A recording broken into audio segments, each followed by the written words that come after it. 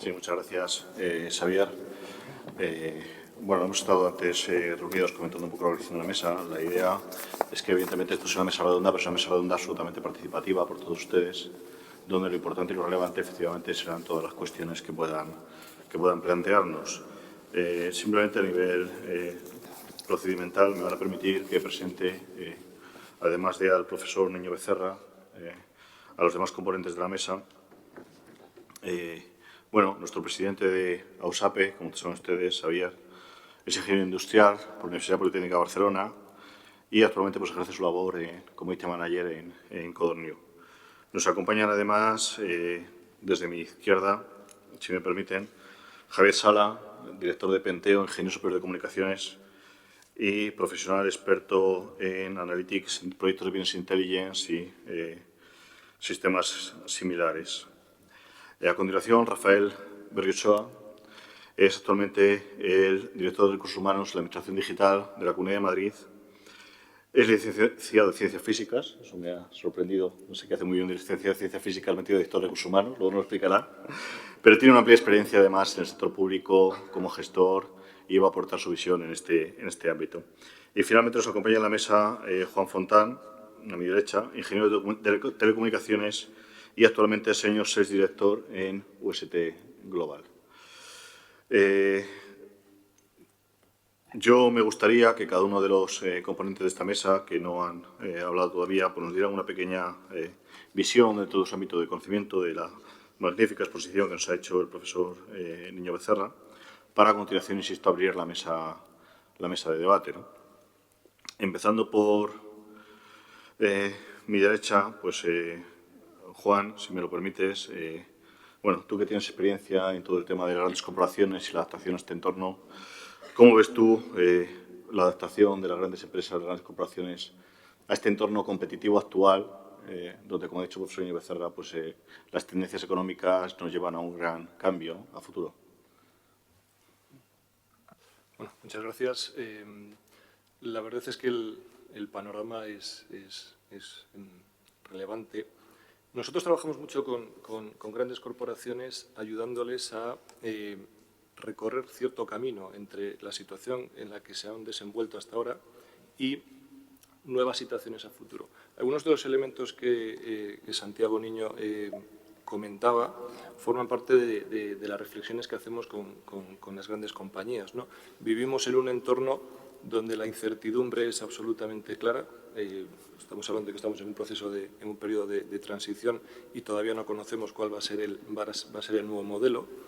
Y las empresas, por lo tanto, tienen que abrazar esta incertidumbre y convertirla también en esa nueva normalidad, ¿no? Y otro factor que para mí es clave es también la velocidad con la que ocurren las cosas, ¿no? Y es algo que también ha sido comentado en la presentación.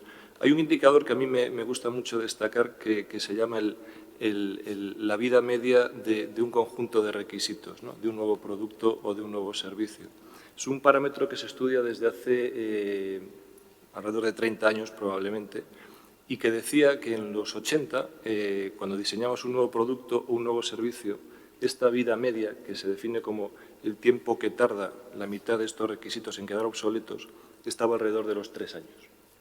Es decir, tenías 3 años para desarrollar algo sin que al menos la mitad se quedara obsoleto. Allá por los 90, los que estudian este parámetro ya decían que esa vida media estaba en 1 año. Hoy en día, si vemos las estadísticas, nos dicen que este parámetro está en los 3, 4, 5 meses.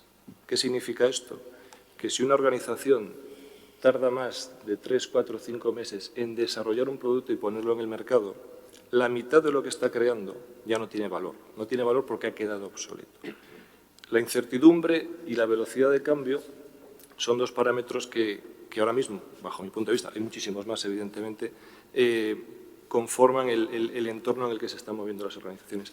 ¿Y cómo están las organizaciones? Bueno, pues todos los que estamos aquí probablemente sabemos que el tiempo medio de un proyecto en una organización, sobre todo cuanto más compleja y más grande sea, pues generalmente excede este tiempo, ¿no? Es decir, que estamos en un entorno complejo, en un entorno de gran incertidumbre. Como organizaciones lo que tenemos, evidentemente. Yo doy servicios, pero también miro hacia adentro a mi propia compañía. Tenemos que comenzar un proceso de transformación, de repensar nuestra propia organización, que para nosotros tiene tres ejes, ¿no? Uno, evidentemente, el operativo. Tenemos que construir dinámicas de trabajo mucho más rápidas, equipos, etcétera. Otro que tiene que ver con el ciclo de desarrollo de productos, con el ciclo de gestión de portfolios, donde la velocidad en ese proceso es absolutamente clave. Y otro aspecto, claramente, es el cultural y el organizativo, ¿no? Son los tres ejes en los que estamos empezando a trabajar con muchas organizaciones en ese proceso de transformación. No confundamos esto, y aquí hay una pequeña trampa que encierra esta situación, con el famoso concepto de la agilidad que se está poniendo tan de moda hoy en día, ¿no? Muchas organizaciones consideran que por tener 2, 3, 4 equipos haciendo trabajo en las famosas técnicas Agile ya están recorriendo ese camino. Esto evidentemente es muchísimo más complejo y toca absolutamente todos los procesos, estructuras de una organización, ¿no? Y por último, una reflexión, y ya termino, que vincula con algo que también se comentó y que a mí me causa bastante interés, que es la necesidad de esa colaboración. Yo leí un papel de Harvard hace 10 años, más o menos, que hablaba de la orquestación estratégica, ¿no? Y cómo en tiempos como el actual, donde hay cambio tecnológico, hay cambio macroeconómico, hay cambio social, hay cambio incluso desde el punto de vista normativo, y depende de la industria en la que estemos, el modelo tradicional de aquilatar la cadena de valor pues tenía poco sentido, porque al final acababa creando empresas absolutamente idénticas, ¿no? Con una propuesta de valor muy, muy difícil de distinguir.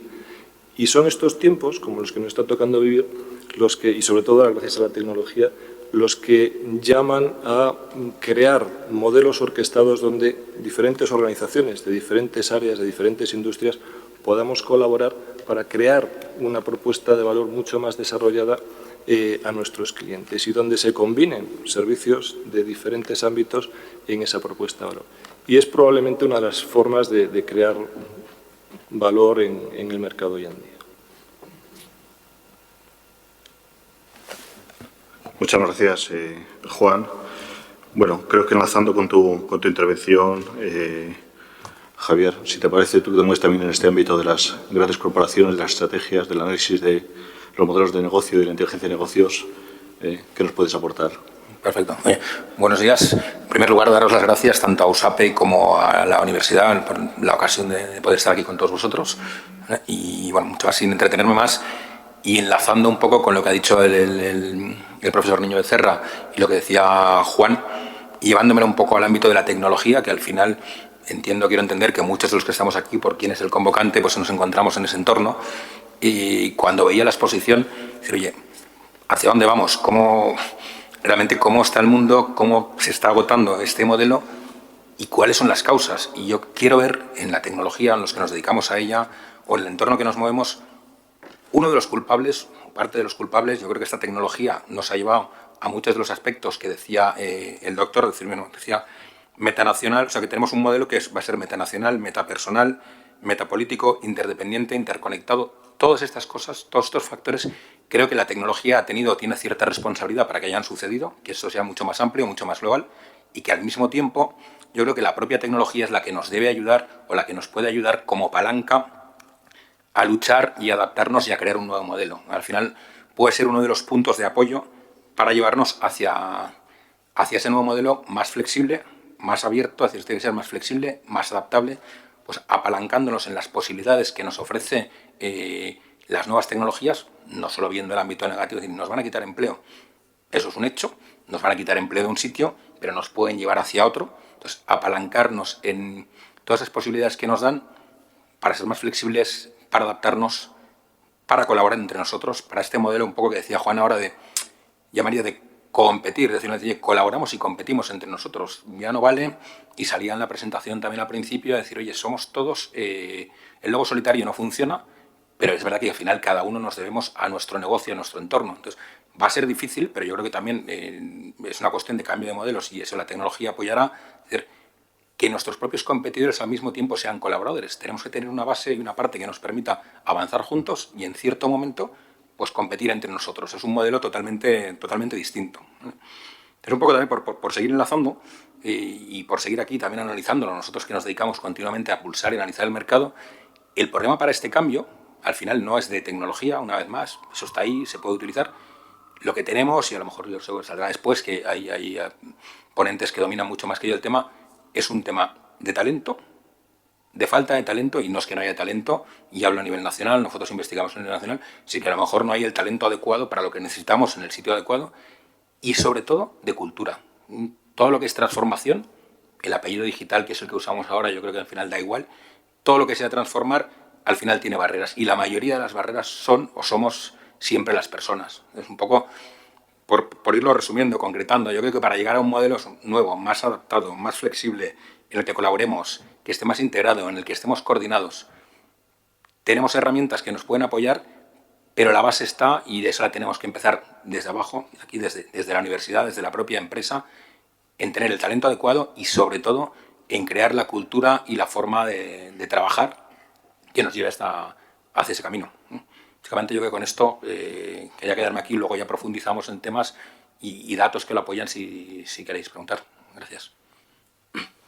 Muchas gracias, Javier. Dentro de los actores que forman parte de este entorno económico, vamos ahora mismo con las dos ponentes restantes a ver el punto de vista de cada uno de ellos sobre precisamente algunos de estos actores, ¿no? Rafael, trabajas en el mundo de la administración pública, ahora mismo en la Agencia de Administración Digital de la Comunidad de Madrid. ¿Cómo ves tú el mundo económico, el futuro del mundo económico desde un entorno del sector público, que es donde te mueves, me muevo yo? Bueno, la verdad es que Santiago nos hablaba desde un punto de vista siempre macroscópico, ¿no? El mundo mío, concretamente, pues sería un elemento microscópico, pero que al final pues compone el macroscópico, ¿no? Y concretamente, efectivamente, lo que yo veo es la administración, dentro de la administración, la de la Comunidad de Madrid, y la Comunidad de Madrid, pues la parte que ahora mismo estamos un poco todos aquí conscientes, que es la informática, la transformación digital, la tecnología, y mi responsabilidad es la de recursos humanos, entonces puedo hablar desde ese punto, ¿no? Soy físico, como anunciabais antes, ¿no? Entonces a mí me gusta un poco observar las cosas, ver lo que funciona, y desde luego Santiago Niño Becerra nos ha traído muchísimos datos. Entonces los físicos, y nos gusta el método científico, y los datos son los datos, ¿no? Por otro lado, hablamos de sistema agotado, y efectivamente pues vemos que históricamente pues, los sistemas tienen un recorrido y no es infinito, ¿no? Por otro lado, también sabemos que los sistemas los hemos creado las personas, en principio, para que nos den servicio, ¿no? Luego, es verdad que nos vemos afectados por ellos y al final no sabemos si es la pescadilla que se muerde la cola, ¿no? Pero bueno, si estos sistemas, hablaba también el profesor Santiago, si los sistemas se están convirtiendo, están agotados, se están afectando a países, hablamos de metapaíses, metapolíticas, metapersonas, llegábamos a la persona en la ponencia, ¿no? Yo al final, un poco por el puesto que tengo, desde luego hago todos los días un esfuerzo por confiar en las personas, ¿no? Y hago un esfuerzo funcional, porque creo que es interesante de tener un poquito de confianza en nosotros, en las personas, y creo que si no me podría sentar en el sitio que estoy actualmente, ¿no? Entonces creo que somos las personas las que tenemos un poco que repensar esos sistemas, y bueno, yo confío que bueno, si no lo hacemos, pues al final vamos abocados a ese abismo y vamos abocados bueno, pues al desastre, ¿no?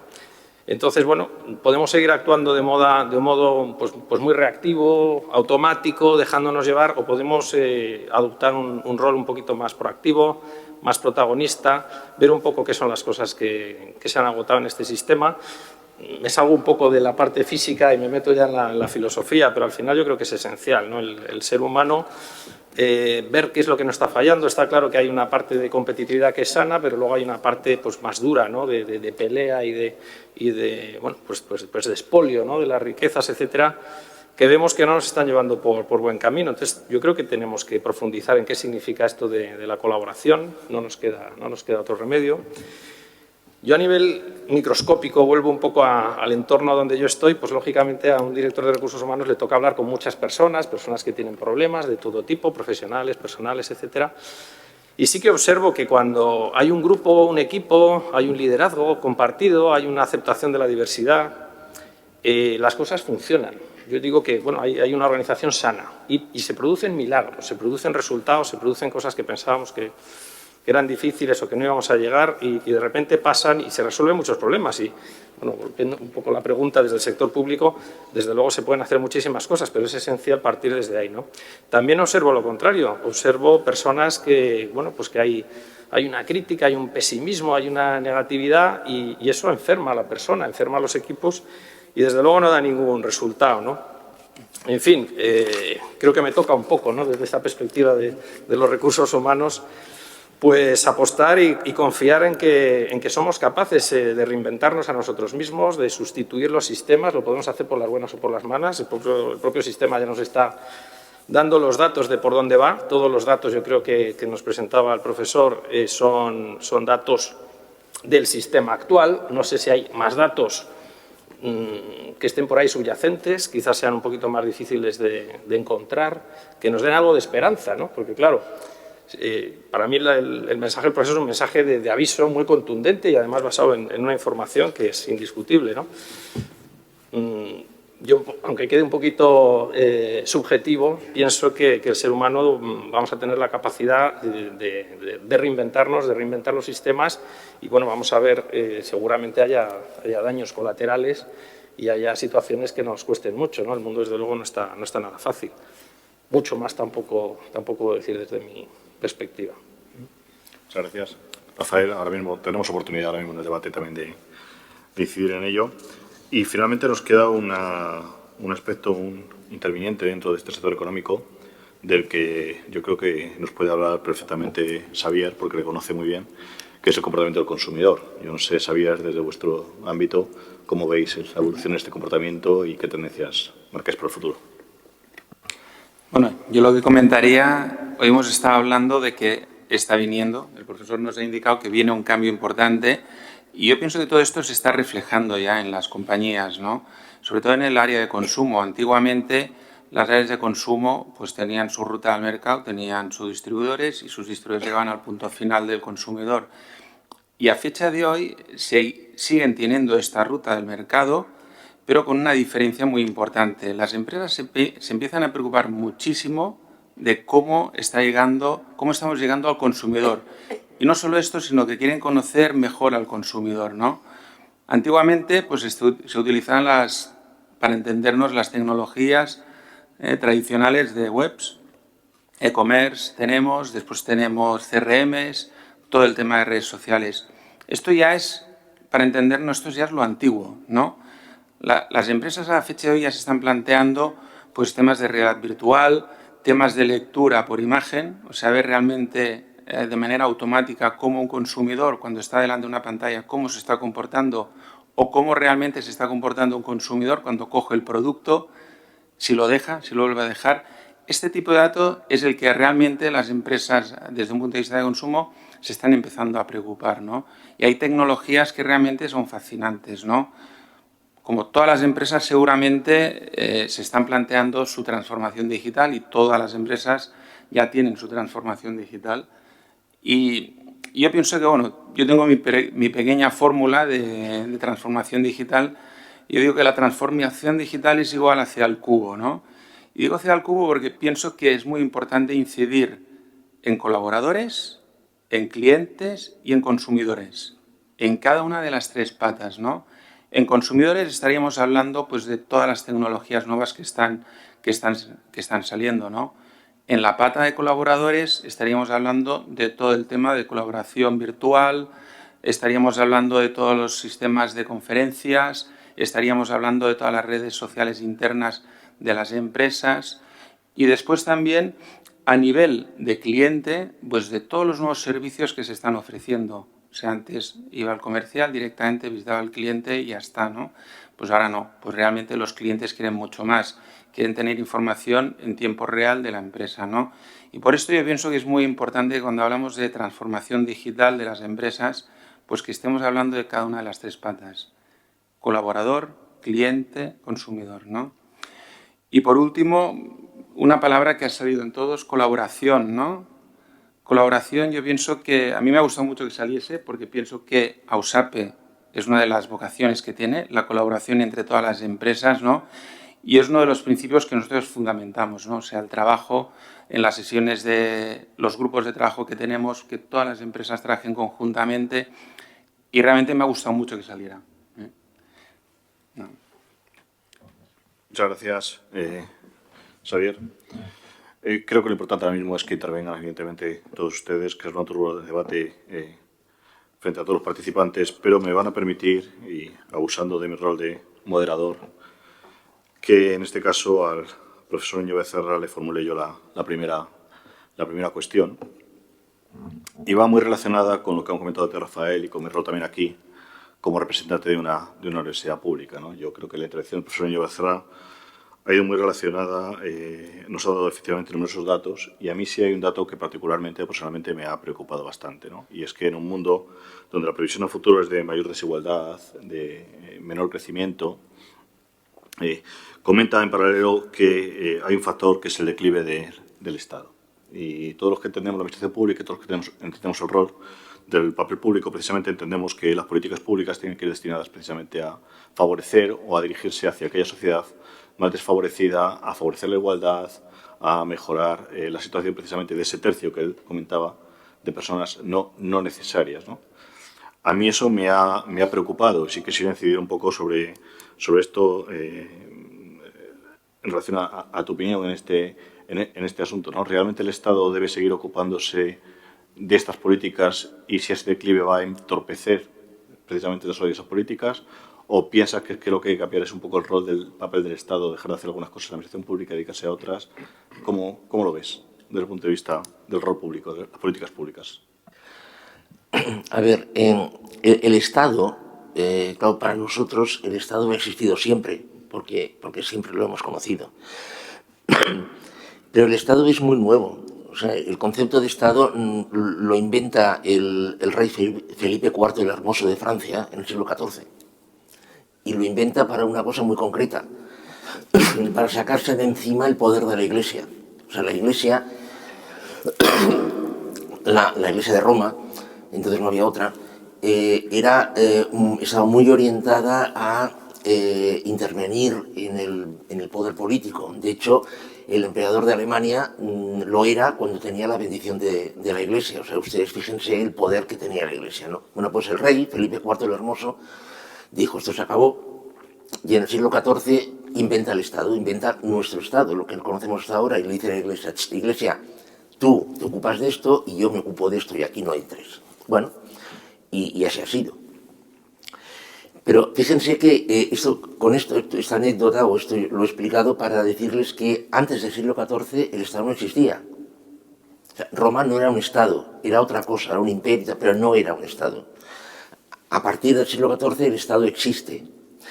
Y es verdad que en estos siglos el Estado se ha ido adaptando, es decir, nuestro Estado no es igual que el Estado que inventó el rey en el siglo XIV, se ha adaptado. Lo que pasa es que el Estado, de una forma o de otra, y ahora entro en la pregunta, el Estado de una forma o de otra, siempre, aunque no lo dijese, había algo que flotaba en el ambiente y era que el Estado tenía que ocuparse de todos, personas físicas, jurídicas, empresas, ancianos, niños, mujeres, hombres, que vivían en unas fronteras.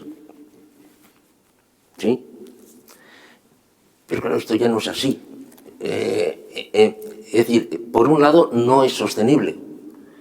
O sea, no hay recursos suficientes para que una cosa llamada Estado se ocupe de todo el mundo. Es decir, ejemplo, hace 30 años una persona se daba un golpe en una mano, le hacían una radiografía y un traumatólogo hacía así y decía, nah, aquí no tienes nada. Hoy en día una persona va a un médico y le dice que se ha dado un golpe en una mano y le hacen 3 resonancias magnéticas y 4 escáneres.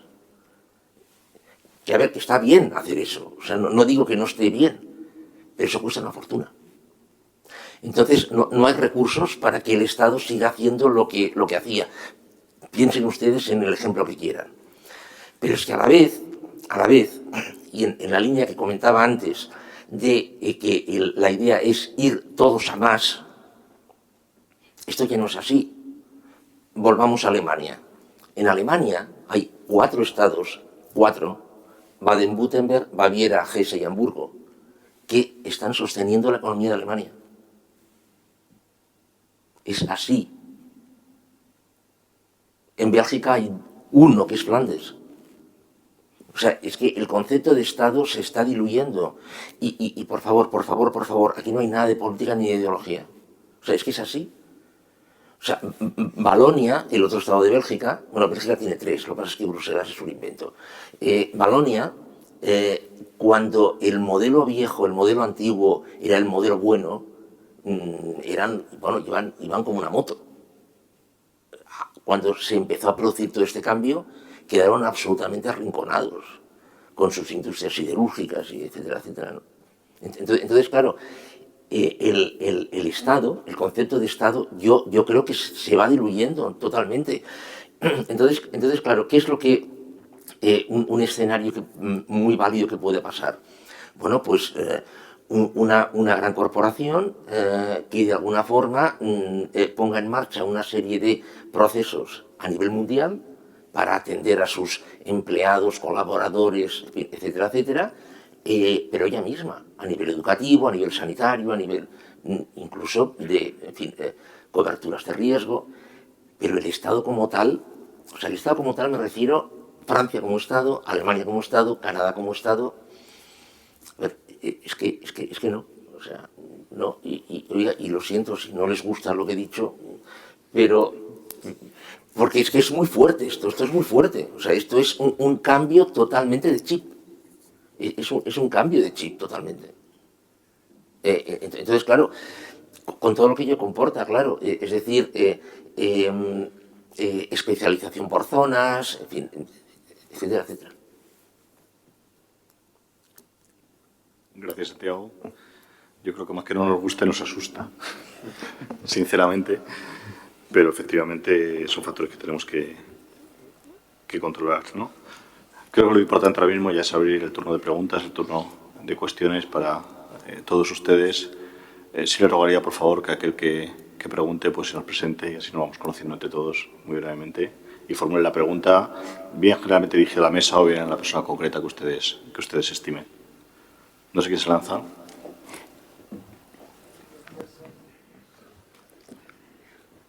Buenos días. Soy Juan Trevijano, director de Desarrollo Digital de Priconsa, promotora inmobiliaria madrileña de hace muchos años. Quisiera hacerle una pregunta o una continuación a la respuesta que estaba dando el profesor Niño Becerra, explicándonos cómo iba siendo la evolución de los estados, y me gustaría que nos contase la evolución de las corporaciones, que ha explicado que disminuía el peso del Estado, aumentaban las corporaciones. ¿Cómo ve esa evolución? Mire, en el siglo XIX, a finales del siglo XIX,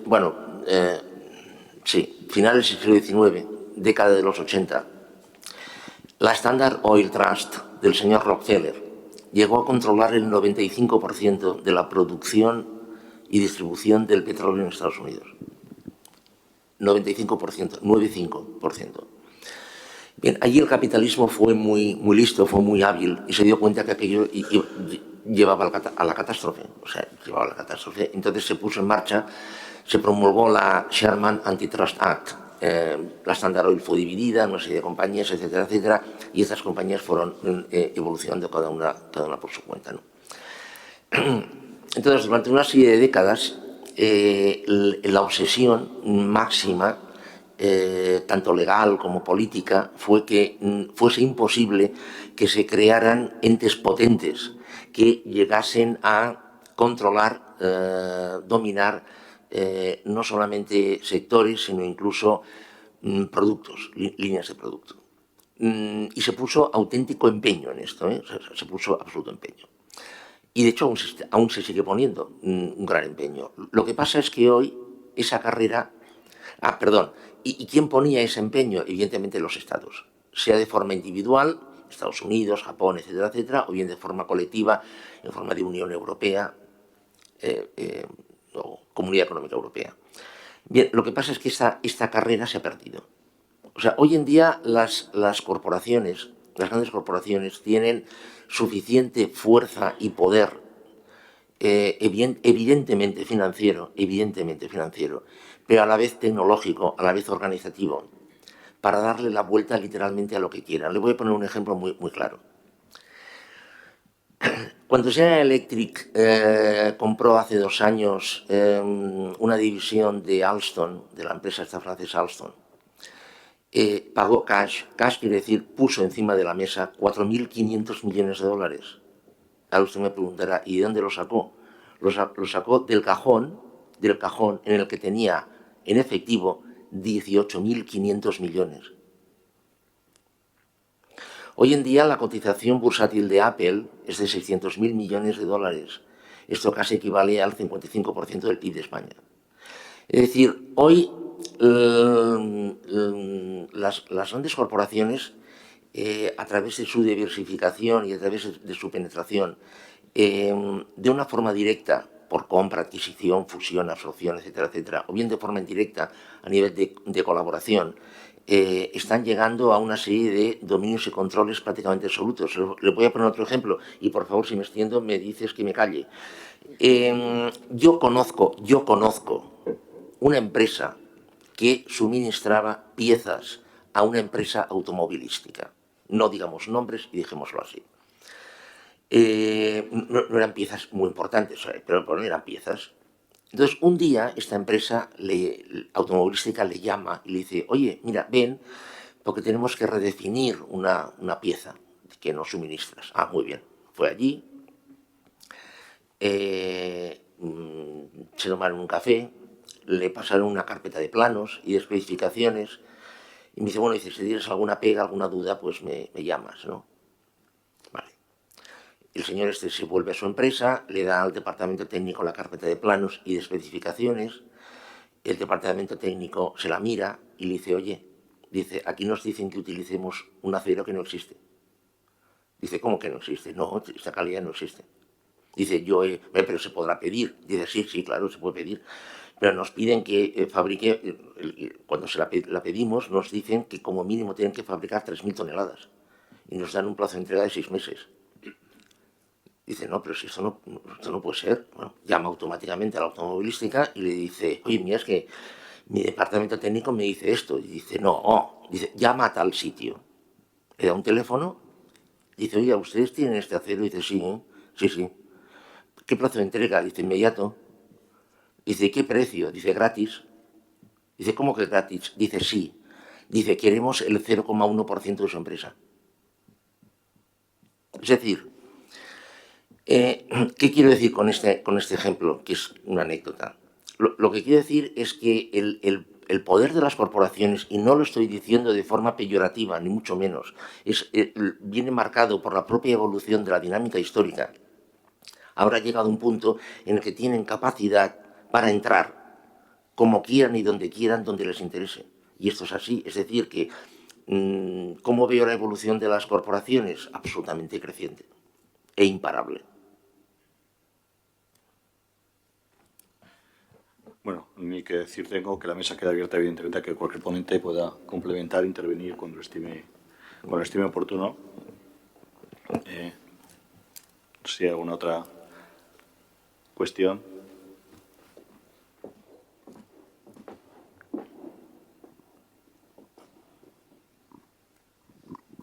Hola, buenos días.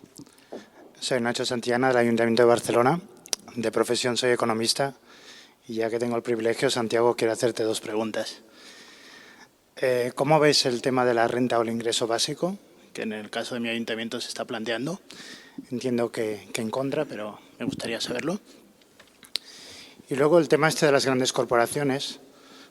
Yo por nivel familiar, pues las empresas textiles tenían sus escuelas, sus hospitales, sus casas para los trabajadores.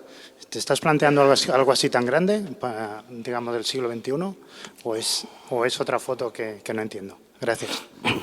Sí, empezaré por la segunda.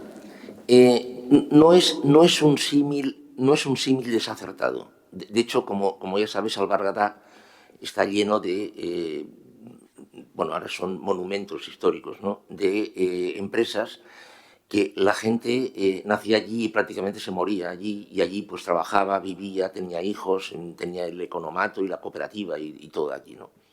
Claro, la idea, insisto, no es descabellada, ¿eh? Ahora, pensemos en lo mismo a nivel planetario. Yo creo que claramente los tiros van por aquí. Comentábamos antes de entrar, en fin, los de la mesa, mientras nos tomamos un café, que cada vez más nuevamente las grandes empresas están llamando a las universidades y les están pidiendo que diseñen cursos específicos para sus necesidades. Cursos que pueden ser incluso de 6 meses, ¿eh? O sea, con lo cual, hemos llegado a que sean capaces o que puedan diseñar. Claro, podrían fichar a profesores, evidentemente, pero les sale mucho más a cuenta de ir a ver cuál es el mejor centro de marketing del planeta, pues tal, van allí, les proponen, van, les pagan, etcétera, ¿no? O sea, es decir, por ese lado, la figura creo que es buena. O sea, esa figura de buscar a aquella empresa textil típica del Berguedà, de tal, o sea, sí, pero a nivel planetario, o sea, sí, claramente sí. La primera pregunta, lo de la renta básica, pues no, yo estoy totalmente a favor de la renta básica, tal y como la define, cuidado, el doctor Daniel Raventós.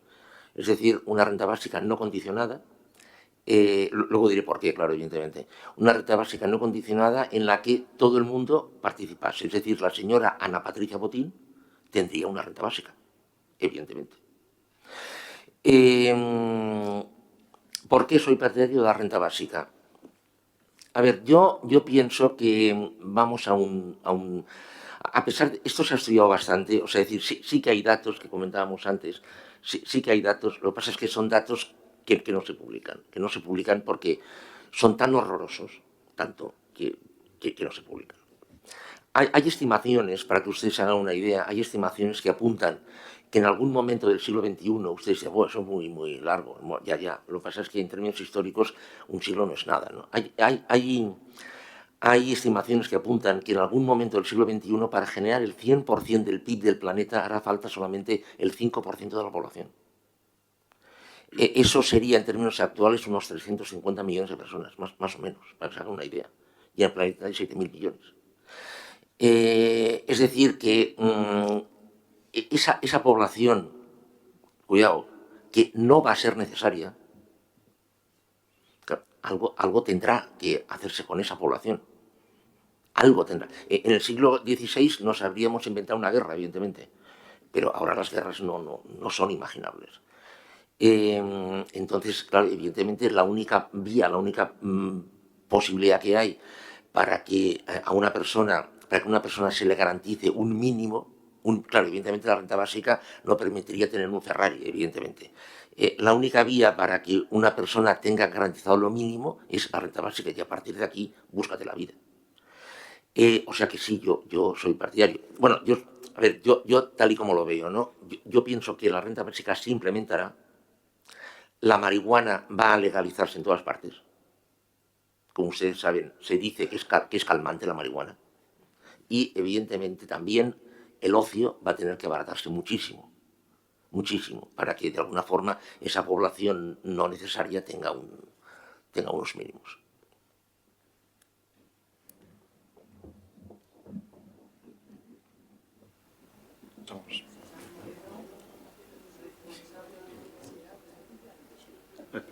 ¿Me oís? Responsable de diversidad y políticas sociales de Ilunion. Es decir, que estoy diciendo cosas que no entran en el modelo futuro, por lo que me parece, ¿no? Y aquí viene mi pregunta. Vamos a ver, estamos en un centro que es un centro universitario. ¿Qué futuro les espera a nuestros hijos? ¿Qué tienen que estudiar, profesor? Esa es la primera pregunta.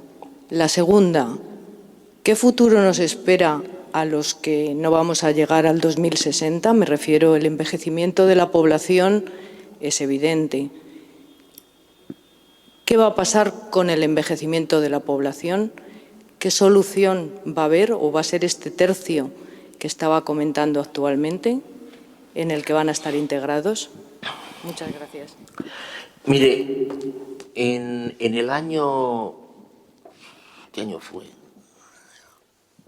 2004 creo que fue, 2004-2005. Cisco Systems hizo un experimento en el Bronx.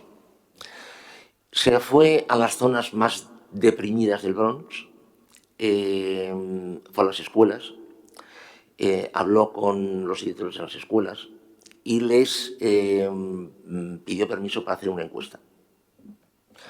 Pasar a los niños y niñas una encuesta, ¿no?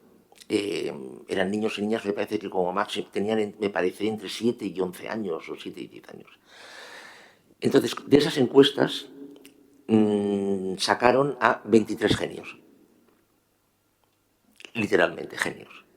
Entonces se fueron a ver a sus padres, personal de Cisco, y les dijo, miren ustedes tienen una de estas dos posibilidades. Su hijo o hija es un genio o una genia. Es un genio. Entonces tienen dos posibilidades. O la genialidad de su hijo la van a utilizar para delinquir y van a acabar tirados en cualquier callejón oscuro, cosidos a puñaladas o a tiros, ¿sí? O en un penal allí en Estados Unidos. O bien tienen la posibilidad de que nos los llevamos, los formamos nosotros y casi con toda seguridad, bueno, evidentemente van a tener un futuro y van a tener empleo en Cisco, etcétera, etcétera, y ustedes van a poder verles, bueno, pues de forma reglada. Esto lo hizo Cisco. Y esto le costó dinero hacer esto, ¿eh? ¿Qué tiene que estudiar la persona, un niño hoy en día? Claro, esto dependerá muchísimo de la predisposición de este niño o de esta niña. Dependerá muchísimo de la predisposición. En este mundo del que estamos hablando, van a ser necesarias muchísimas capacidades, muchísimas habilidades. A mí me consta que hay empresas en Estados Unidos que en su departamento de estrategia hay filósofos. ¿Pero qué pinta un filósofo? Pues sí, lo hay. Filósofos tienen cosas que aportar. Cada vez la distancia entre sociología y economía es más corta, es más cercana, ¿no? Ricard Bofill, no sé si lo conoce, el arquitecto, en su equipo tenía otro filósofo trabajando en su equipo de diseño. Yo lo que sugeriría a un padre que me lo preguntara, mi hija o mi hijo, ¿qué debe estudiar? Hombre, que se lance a muerte hacia aquello que tenga una mayor predisposición. Es decir, yo pienso que vamos hacia un mundo en el cual es mejor que una persona sea el mejor pintor de paredes del mundo que un abogado malo. O sea, yo pienso, yo creo. Ahora usted seguro que está pensando que lo que estoy diciendo es horrible, ¿no? O sea, es antiético, pero... Y luego, por otra parte, el futuro... Hombre, a ver... Yo, y esto lo he dicho también en otros foros, yo lo que sugeriría a las personas es que quien pueda, que no se jubile nunca. O sea, pero nunca jamás. O sea, es decir, mira, bueno, y el que tenga un patrimonio de 100.000 millones, bueno, pues si alguien tiene un patrimonio de 100.000 millones y quiere tal, pues genial, ¿no? Pero por dos razones. O sea, está demostrado que la actividad intelectual continuada reduce la probabilidad de Alzheimer.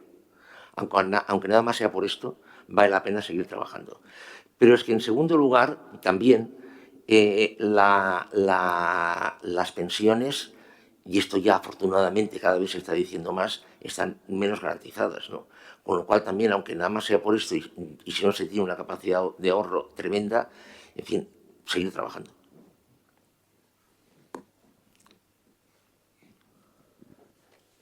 Yo no sé, insisto, Rafael, como experto en recursos humanos, no sé cuál es tu visión, tu punto de vista en relación a la pregunta, me van a permitir que dé cabida.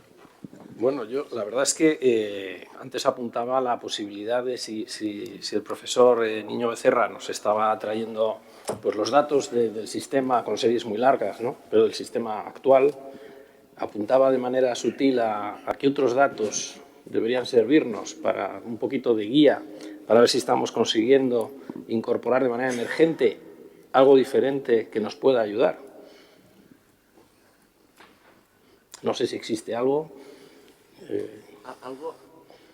Sí, claro, porque bueno, los datos del PIB, los datos de la productividad, etcétera, los conocemos. No son datos del sistema actual, que obviamente están ahí y sirven, pero no sé si tenemos que buscar algún indicador, algo que nos ayude a construir algo nuevo para no caer al abismo este, ¿no? Que parece que estamos abocados. Claro, nosotros le llamamos abismo a esto. O sea, no, ahora de verdad, o sea, yo ahora hablo con una naturalidad tremenda de cosas de estas, pero yo cuando leo un informe de estos me lo miro 2 veces, sinceramente. A ver, es que yo creo que el resumen del resumen de todo esto es que nosotros estamos acostumbrados a que todo el mundo es necesario. A uno u otro nivel, pero todo el mundo es necesario. Es que esto ya no es así. O sea, es que esto ya no es así. Y cada vez lo va a ser menos. O sea, hoy mire, les voy a poner un ejemplo, para que vean lo que está pasando en el planeta. En los años 60, una persona compraba una acción y de media, en el mundo, esa acción la tenía 4 años. 4. Hoy en día, un broker compra una acción y de media la tiene en su poder 27 segundos. Es decir, antes de alguna forma tú lo has comentado, ¿no? Con la velocidad media es decir, yo creo que es el gran cambio radical, o sea, el resumen del resumen de todo. O sea, no es que, o sea, es un abismo porque lo estamos viendo desde la perspectiva esta, ¿no? De que todo el mundo es necesario. Y esto ha dejado de ser así. O sea, ya no es así ahora. Lo que pasa es que ahora estamos cambiando esta historia, ¿no? Pero o sea, imagínense a la velocidad que están pasando las cosas y cómo están sucediendo las cosas. ¿Cómo puede ser el mundo en el año 2040? En el siglo XII, un ejemplo, en el siglo XII, una persona en Inglaterra, la persona típica, el inglés típico del siglo XII, en toda su vida no salía de un círculo de 50 kilómetros. En el siglo XII, el inglés medio tenía en toda su vida 2 vestidos. En el siglo XII, 12 años equivalen a un año nuestro. Es decir, el tiempo lo estamos comprimiendo totalmente, ¿no? Entonces, en el siglo XII, a su nivel, todo el mundo era necesario, para lo que sea. Entre otras cosas porque la esperanza de vida era ridículamente baja. Pero hoy no. O sea, hoy en día estamos alargando, o sea, y esto es un tema que no ha salido, yo creo que saldría, no ha salido, pero, o sea, estamos a base de tecnología aumentando la esperanza de vida, lo cual es maravilloso, genial, fantástico, cuando por otro lado cada vez es menos necesaria, cada vez son necesarias menos personas, menos horas de trabajo para producir. Aquí tenemos un problema que evidentemente no vamos a resolver aquí, ni es nuestra función resolver aquí. Pero alguien tendrá que pensar en ello en algún momento, ¿no? Y claro, aquí entraremos en temas éticos, aquí entraremos en temas morales, que por descontado no es nuestra función, ¿no? Pero son años realmente muy complejos, muchísimo. Entonces, el ayudarnos, bueno, o sea, el ayudarnos, yo tal y como lo veo, tiene que ser a convivir con esta nueva realidad. Ahora, olvidémonos, pero eso seguro, olvidémonos de que vamos a ir a un mundo en el cual todos podremos tener un BMW si queremos. Eso, olvidémonos. O sea, eso se ha ido y no volverá jamás. Nunca en la vida volverá esto. Bueno, pues porque no toca.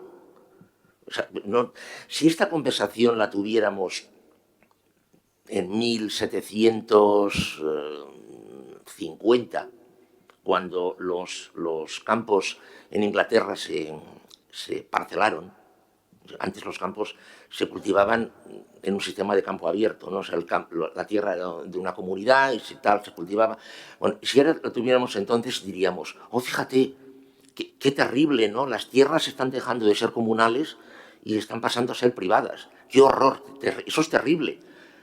Ya, pero es que la productividad del campo aumentó porque se parcelaron las tierras. En su momento fue horroroso. O sea, a los campesinos aquellos se les cayó el mundo encima. Pero la productividad de la tierra aumentó gracias a que se parcelaron los campos. Entonces la ayuda, yo tal y como lo veo, tiene que ir por el lado de obtener sistemas, obtener vías, y aquí por eso comentaba antes, ¿no? que todo tiene cabida para convivir en esta nueva realidad.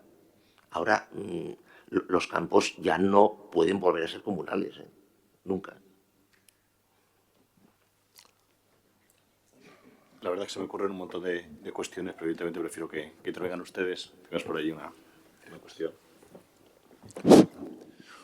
Por la alusión que, José González, ingeniero de telecomunicación, emprendedor en serie y a cargo de un tema de analítica de las cosas.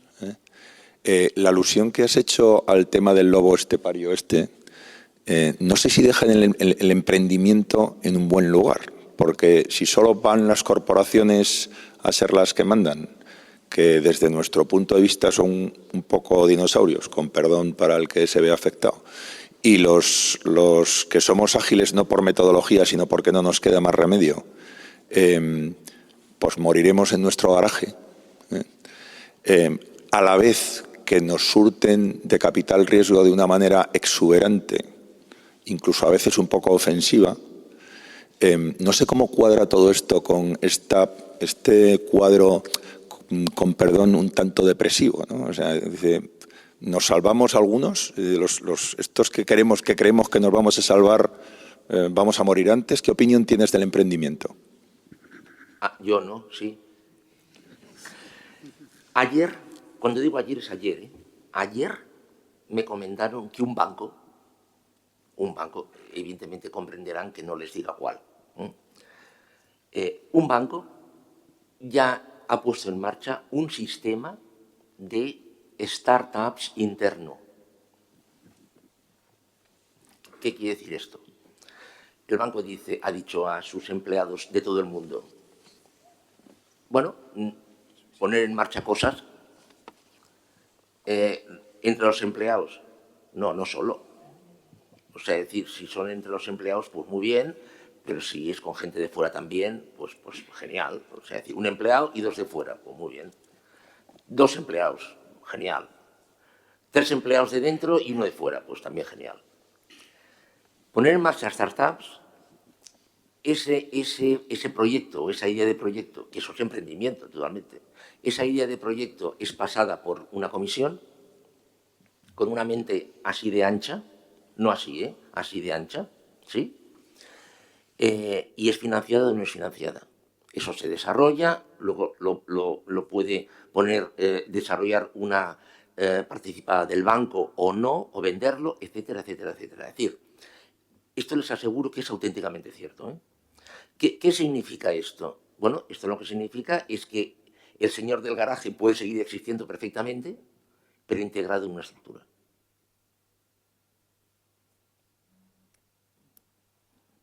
Un tema que, Javier, tú también te has movido y trabajas un poco en esta línea.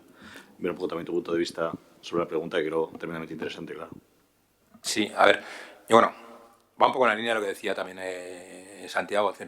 Al final, yo creo que sin duda, y forma parte de este modelo de cooperación o de competir que decíamos antes, al final tiene que haber startups, tiene que haber emprendedores. Entonces, la única forma, o una de las formas que pueden apalancar mucho el cambio y la nueva agilidad, que para que un dinosaurio se vuelva ágil va a tener que asociarse a muchos elementos ágiles y mucho más pequeños. Yo creo que vemos cada vez más el modelo de, sí es cierto que tarde o temprano ese modelo ágil acaba incorporado en una corporación. Yo no sé si llegará el día que las corporaciones serán simplemente la suma de varios emprendedores. Hoy por hoy hay un gran dinosaurio que va adquiriendo, va acoplándose, va financiando o va ayudando, ¿no?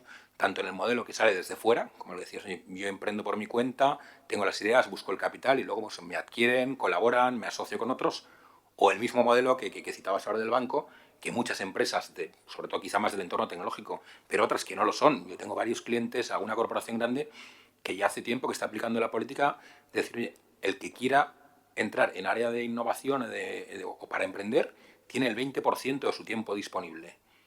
¿Con qué beneficios? Por un lado, porque ese 20% no acaba siendo un 20, acaba siendo un 40 o un 50, pero el 30 o 40 adicional lo pone el emprendedor, no lo pone la compañía, y porque normalmente en el 80% del tiempo que se está dedicando a hacer el trabajo por el cual le pagan, acaba siendo más productivo, porque lo hace con más ganas, con más espíritu de equipo, está colaborando con otros. Es decir, que, al final, un poco en resumen, creo que es un modelo, al menos por lo que nosotros vemos, cada vez más válido, y es el que está ayudando realmente a trabajar. Y muchas empresas lo estamos viendo, quizá para empaparse del modelo, que incluso están fomentando o están ayudando a que gente suya se vaya un tiempo, visto algún caso, decir, oye, mandamos a alguien 6 meses o un año a Silicon Valley para decir, oye, pero ¿con qué objetivo? No lo sé. El otro día estuve en Berlín, en el SMT, en un curso que estábamos dando allí, y fuimos a visitar, no sé si conocéis, ejemplo, Axel Springer, que es era el principal grupo editorial europeo, que le ha dado la vuelta realmente, y tuvimos la ocasión de estar pues, debatiendo con su vicepresidente.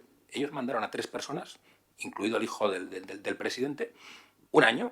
Oye, vete a coger ideas, vete a pensar, sin ningún objetivo concreto, ¿no? Les pusieron una asignación, una casa muy chula, con piscina, unos medios para que estuvieran tranquilos. Volvieron con un montón de ideas que luego han aplicado interno o externamente y que han ayudado a que una empresa que estaba abocada en principio al cierre, pues, se dedicaban a generar papel y venderlo, ha cambiado su modelo, ahora es una empresa de contenidos absolutamente digital. Es verdad que te reciben en una sala que quizá tiene de aspecto incluso más historia que este sitio, imposible, pero es decir, que dices, ¿cómo encajan ambos mundos? Pero han conseguido darle la vuelta. Es decir, que ya en resumen, y viendo lo que vamos viendo por ahí, la tendencia y la existencia de emprendedores en un modelo que tiene que ser colaborativo, seguro que encaja perfectamente. Visión, analizando un poco el mercado y viendo cómo actúan algunos de nuestros clientes. Yo, si me permitís, yo creo que además son dos realidades que no son incompatibles, ¿no? Lo vemos por un lado, la tendencia que antes comentaba de la necesidad de orquestar y donde muchos de los servicios y productos que ofrecen estas grandes corporaciones, ¿por qué van a tener que seguir desarrollándolos ellos extremo a extremo? Cuando existen startups mucho más ágiles que han captado mejor la necesidad que existe en el mercado, han desarrollado un producto, lo han puesto en el mercado y ese producto va a ser infinitamente mejor que una gran corporación pueda desarrollar. Con lo cual, ese ecosistema yo creo que, lejos de apagar una parte importantísima de la estructura económica, que es el emprendimiento, lo va a fomentar. Y luego hay un elemento, al menos yo empiezo a ver esta tendencia, que es también el cierto emprendimiento incluso como empleados de las organizaciones. Más allá de los programas que se establezcan, nosotros, por ejemplo, tenemos nuestros propios programas de creación de startup a nivel mundial y tenemos un fondo interno para promover que personas, que empleados puedan poner su idea en funcionamiento. Se empieza a observar una tendencia de cómo el empleado cada vez necesita tener más voz y ver cómo su labor dentro de la compañía tiene más impacto en el resultado o lo que esa empresa genera. Esto lo estamos viendo en muchos procesos de transformación, donde al construir equipos que trabajan de otra manera, uno de los grandes beneficios que se generan es cómo el individuo se siente más parte de ese proceso de construcción de nuevos servicios y productos y empieza a innovar. Cuando su carga de trabajo baja, empieza a pensar en qué cosas puede seguir aportando, ¿no? Entonces también hay un fenómeno de cierta innovación y cierto emprendimiento también desde dentro de la plantilla de una compañía. Sí, tenemos tiempo para 1 o 2 preguntas más. ¿El público? Sí, por ahí.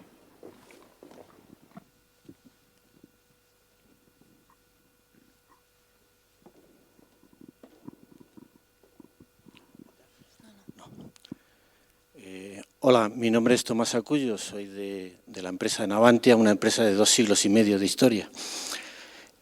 Lo que estoy oyendo, aunque de profesión soy economista, me definiría más como un escéptico iluso. Y lo que estoy oyendo me deja preocupado, muy preocupado, pero porque lo que no están dando son soluciones. El planteamiento que ha hecho el profesor Santiago Niño, está basado en un estudio de la OCDE para el año 2060, cuando la OCDE lo único que hace es fallar en sus previsiones. Y para que acierte en el año 2060, pues yo creo que no va a acertar. Y me juego 1 millón de euros a que en el 2060 no ocurre lo que pasa aquí. Como estaré muerto, probablemente no lo van a poder cobrar. Pero el tema es así. Creo que hace falta en estas reuniones de la USAP, y se lo pido a Roberto, que era el que tenía esas frases tan afortunadas, que traigamos a gente más joven. Porque si vamos a hablar de futuro, lo que hace falta es gente que vaya a definir el futuro.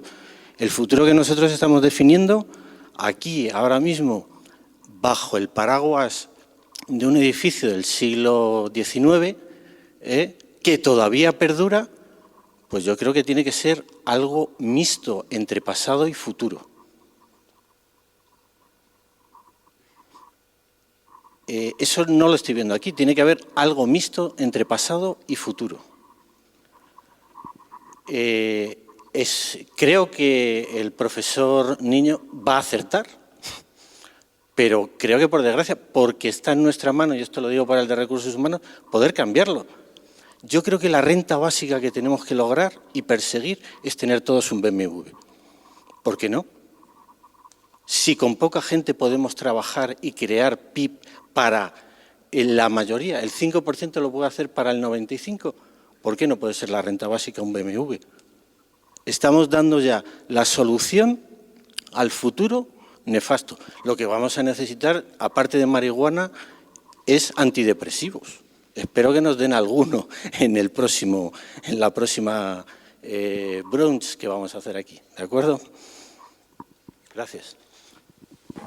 Bueno, por alusión me parece que me toca a mí, ¿no? Bien.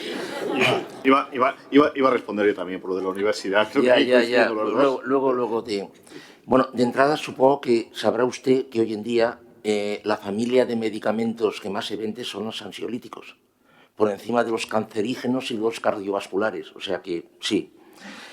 En segundo lugar, supongo que por venir usted de donde viene, sabe que hoy, en ese momento, se está probando, lleva años probándose, un buque portacontenedores que tiene 0 personas de tripulación. 0. 0 quiere decir 0, ninguna. 0. Bien. Tampoco para el atraque y el desatraque, ¿eh? O sea, no hará falta. En tercer lugar, a ver, la renta básica no puede ser un BMW por una razón muy simple, y pondré un ejemplo. Si hoy en día en China, la tasa de tenencia de automóviles fuese la misma que en Estados Unidos, China sola se bebería el doble del petróleo existente en la Tierra. O sea, harían falta 2 tierras para alimentar el petróleo necesario para los automóviles chinos.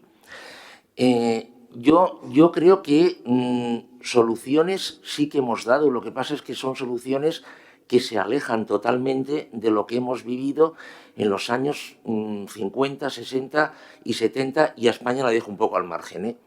Es decir, no podemos ir a más. O sea, hemos llegado de alguna forma en la Tierra, en el planeta Tierra. Claro, si usted me dice, movamos la mitad de la población del planeta a no sé qué, de la Tierra, a no sé qué planeta, esto es otra historia. Pero en la Tierra hemos llegado al final. Hemos llegado. La isla de Pascua, hace 400 años, era un sitio maravilloso. 500. Era un sitio maravilloso. Bueno, resulta que aquella gente se agotó sus recursos y no fueron a otro lado, ¿no?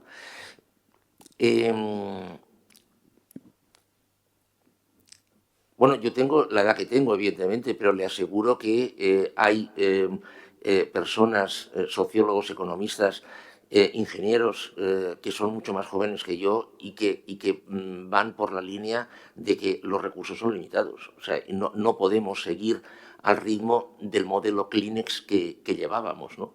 Tenemos que profundizar mucho más en el reciclaje, en la recuperación, en la reparación, en la rehabilitación. Hay que seguir profundizando en esa línea, porque no hay recursos para todos. Y a eso añadamos que cada vez hace falta menos personas. Entonces, claro, uniendo las dos cosas, insisto, y en esto sí que no me van a mover del sitio, como una guerra es impensable. Mire, ahora me dirán, bueno, ¿y por qué dices esto? Ustedes no sé si saben que el Reino Unido tiene 4 submarinos nucleares. Bien, la potencia de fuego de esos submarinos nucleares, con cada uno, sería capaz de arrasar un continente. Es decir, el Reino Unido solo es capaz de arrasar 4 continentes. Y el Reino Unido no es nada, ¿no? O sea, hemos llegado a un nivel que una guerra es absolutamente inviable, totalmente inviable. Yo sé que era una solución antes. Por ejemplo, la solución definitiva a la Gran Depresión fue la Segunda Guerra Mundial. Pero hoy esa vía está muerta, de verdad. Quienes digan que no, se equivocan. La vía de la guerra está absolutamente muerta.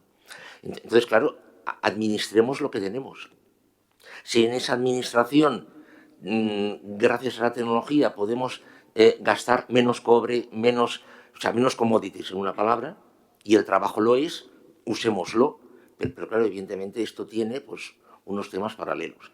Y no esté tan seguro usted, no esté tan seguro de que en el 2060 no esté vivo, ¿eh?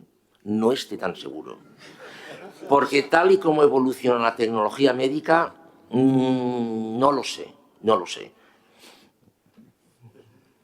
Gracias, Santiago. No, yo que voy a comentar muy brevemente también era que, bueno, que aquí se conjuga precisamente esta fue una idea que Roberto, cuando su día me lo propuso a mí como vicerrector, yo se lo dije, ¿no? Que efectivamente un marco fantástico para combinar la reunión de OSAPE, era precisamente este entorno antiguo. Ya les dije antes que se inauguró en el curso 1855-1856, pero era un edificio previo que pasa al Estado precisamente por un proceso de la famosa desamortización de Mendizábal.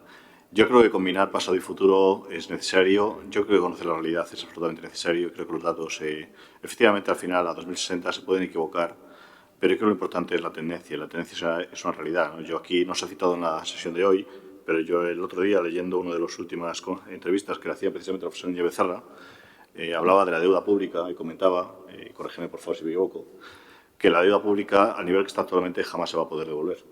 Jamás. Y esto es un hecho que cualquiera que analicemos muy poquitos, que sepamos entender de la economía, y aquí estamos varios economistas, yo también soy economista, lo podemos compartir, ¿no? Yo creo que hay que partir de esa realidad, que de esa realidad hay que intentar trasladarnos al futuro y efectivamente sí que estoy muy de acuerdo en que lo que hay que buscar es soluciones o conocer, por lo menos, qué es lo que se nos viene encima. Probablemente de lo que ha dicho Santiago yo casi quisiera no compartir muchas cosas, lo digo de verdad, por la evolución de futuro, pero no es menos cierto que esos datos, que esa realidad nos lo aporta, ¿no? Y yo creo que esta es la responsabilidad de todos los que estamos aquí. Precisamente creo que uno de los puntos buenos que tienen este tipo de reuniones es que aquí nos encontramos personas responsables de muy distintos sectores, de muy distintas empresas, de muy distintos ámbitos, y en el cual precisamente entre todos podemos entender la forma de trabajar, la forma de cooperar, la forma de colaborar de todos los demás, y que es el punto fuerte, ¿no? Precisamente de este tipo de reuniones. Yo no sé, Xavier, ¿tú querías comentar algo? Sí, a mí me gustaría comentar un poco lo que comentabas, bueno, de gente joven, ¿no? En este tipo de sesiones yo diría que en AUSAPE tenemos vocación de que la gente joven se acerque a AUSAPE, y una prueba de esto es el último fórum que hicimos en Sevilla, ¿no? Donde pudimos hacer un acuerdo con la universidad. Incluso pues, abrimos una oficina de empleo pues, para que la gente de la universidad pudiera contactar con las empresas, incluso pudiera trabajar, ¿no? Durante el fórum también hubo gente muy joven que estuvo participando, aportando ideas y trabajando, ¿no? Yo simplemente, bueno, pienso que sí, que es importante la combinación de las edades, pero que es algo que en AUSAPE pues, tenemos el chip puesto y lo aplicamos. No sé si hay una última cuestión. Si no, cerramos sesión. No pregunto. Perdón, solo una cuestión. Que yo es que he visto la reunión muy maltusiana.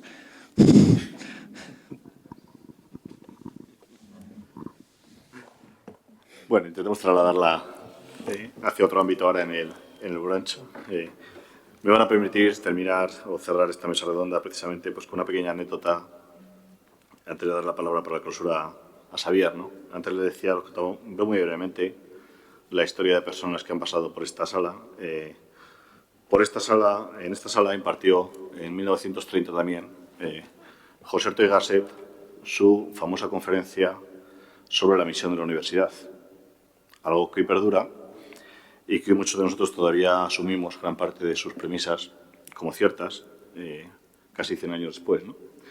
Pero la anécdota que probablemente ustedes no conocen y que a mí me contaron recientemente es que al terminar la reunión, la conferencia del profesor Ortega y Gasset se quejó porque no había podido ser bien entendido por la mala megafonía de la sala. Eso provocó una reacción inmediata que evidentemente fue poner micrófonos. Como ven ustedes, los micrófonos pues ahora los tenemos modernizados y renovados. De hecho, estos prácticamente los estamos estrenando. Se han estrenado con motivo de la inauguración del curso toda la nueva megafonía del centro. Lo que intentaba transmitirles es que espero que el contenido de esta mesa, lo que se ha hablado en la magnífica conferencia del profesor Niño Becerra y todos sus comentarios posteriores, pues perduren, no esos 27 segundos de media que tarda en meterse en acción, sino probablemente esos 3, 4 o 5 meses de los que hablaba Juan antes de ciclo de vida de un proyecto. En 2060, aunque avance la medicina, estaréis pocos, eso será una obviedad, pero no es menos cierto que conocer esas predicciones nos puede permitir, entre otras cosas, tomar medidas, ¿no? A mí la parte del sector público me ha preocupado muchísimo, pero supongo que cada uno en su ámbito también la suya se lo ha estimado. Muchas gracias por las intervenciones, por las interesantes cuestiones, a los miembros de la mesa y cedo la palabra ya a Xavier para que proceda al acto de clausura. Gracias, Javier. Bueno, yo primero realmente ha sido una sesión muy inspiradora. Pienso que en los próximos días pues, nos tocará reflexionar sobre ella y que todos vamos a pensar y realmente repasar pues, los puntos de la presentación, ¿no?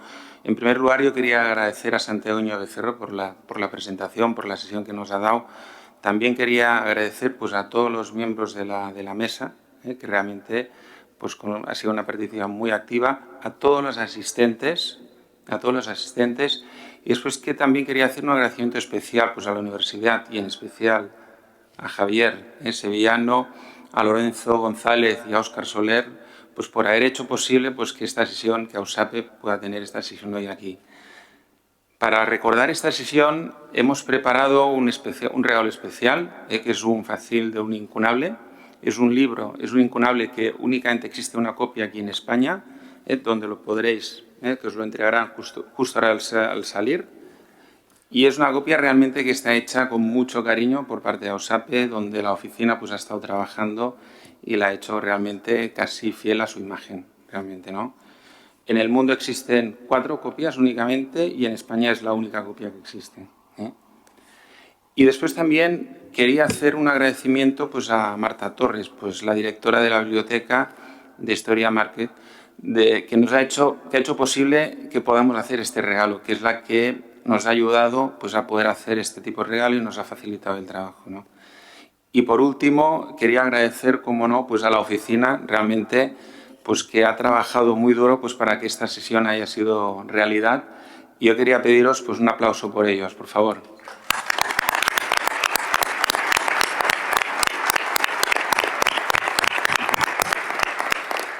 Gracias a todos por vuestra asistencia y ahora vamos al brunch, donde también podremos hacer networking y preguntar todas aquellas preguntas pues, que igual no hemos hecho aquí o que no ha dado tiempo.